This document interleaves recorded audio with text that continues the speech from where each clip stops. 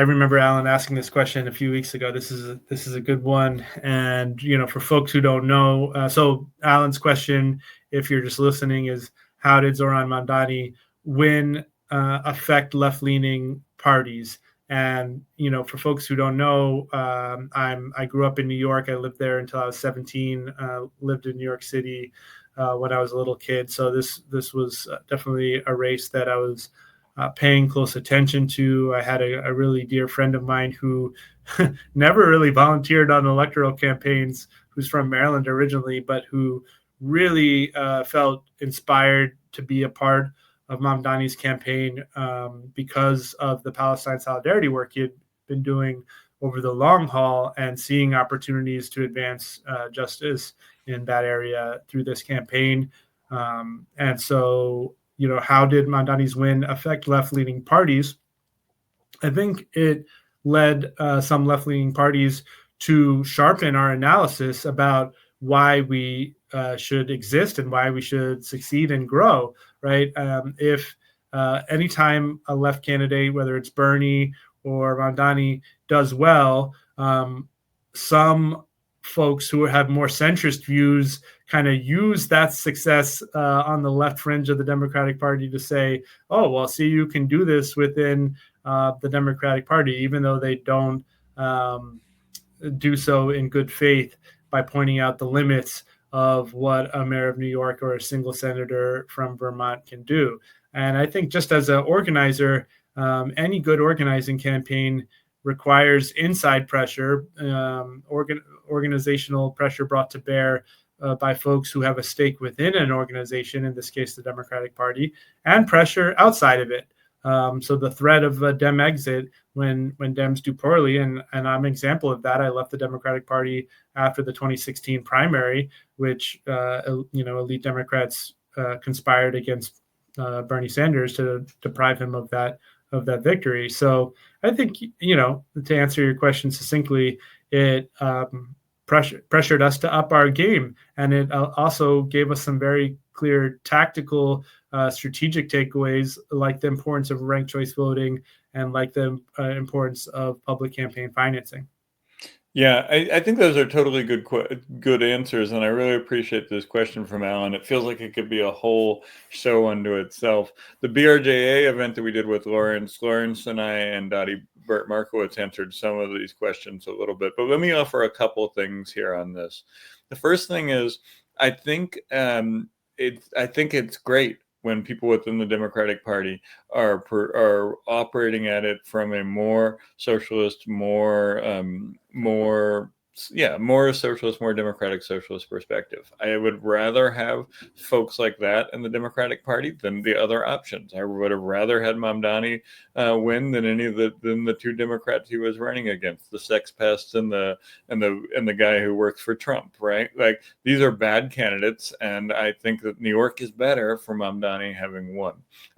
I think that our philosophy toward third parties is that we want a multi-party system. We don't want to replace the Democrats. So I think that getting to a multi-party system is more likely when there are people on the left side of the Democratic Party who are doing the work that they need to do in order to bring the party to some of the issues that Mamdani had. At the end of the day, he had a relentless focus. He had a relentless focus on affordability. He had a relentless focus on economic justice. And I think people were willing to listen to that message. So I think there's a lesson in that.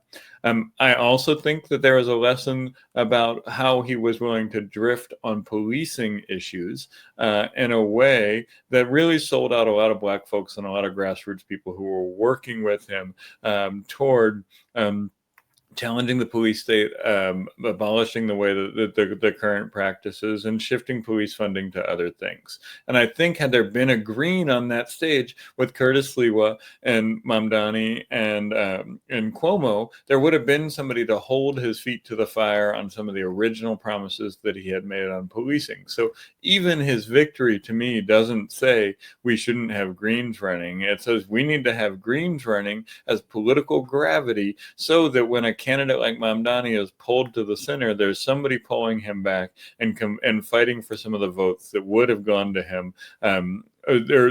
Fighting for some of the votes that help shape issues like policing. So I think that's the other thing. The third thing I would say is his operation was great.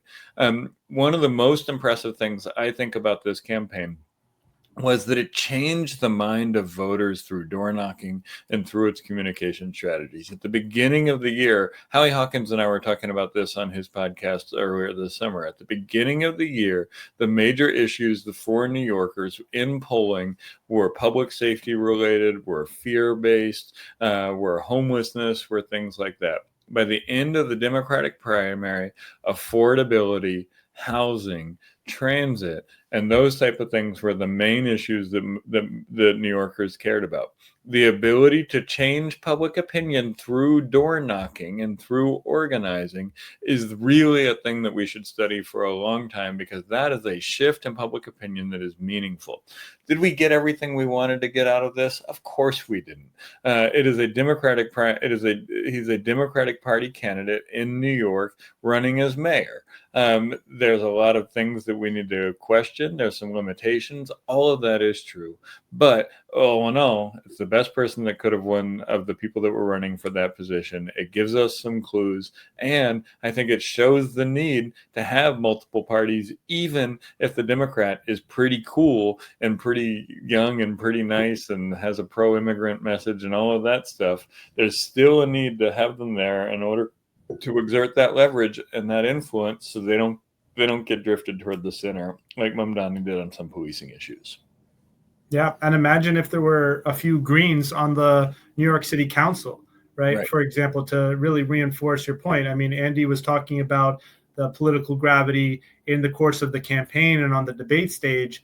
But Alan, and other folks listening, can you imagine if there were just a few members of the New York City Council who were elected Greens instead of the current, Democratic supermajority, soon to possibly be led by a much more moderate Democrat and a few Republicans? If there were a multi-party city council and Mamdani could triangulate when it was in the interests of the movement forces that brought him into executive office with a multi-party legislative branch of city government, then he would be in a much better position to make good on his campaign promises and enact his agenda in a less diluted way. So I think it operates on multiple levels.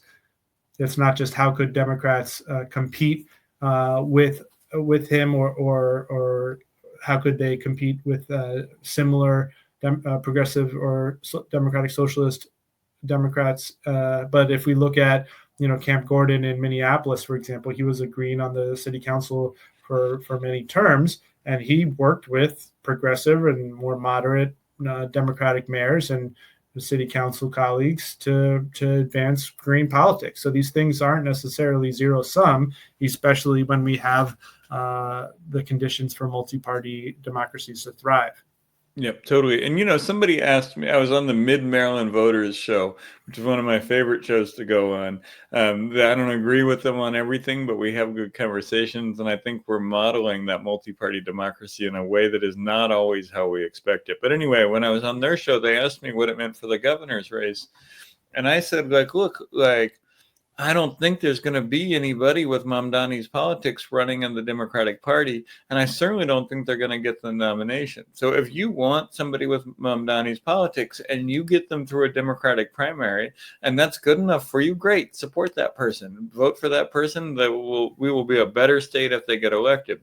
But if you look at the governor's election next year and you see me, Wes Moore, a generic Republican, a libertarian, and a working class party person, and you see our running mates on there, and you decide, I don't see a Mamdani on the Democratic side of this, the closest I think you're going to get to politics that are like Mamdani's on Israel, on police, on affordability, on public good, and on the democracy in the Maryland we deserve is us. And so if you like what you see there, don't vote for the guy who's making deals with data centers. Don't vote for the guy who's key campaign advisors are leaders of big law firms. Don't vote for the guy who is hobnobbing with billionaires so that he can get more money from them. Vote for the people who are for the people. Vote for the people who are fighting for the Maryland we deserve, not the Maryland that Wes Moore thinks that we have to deal with.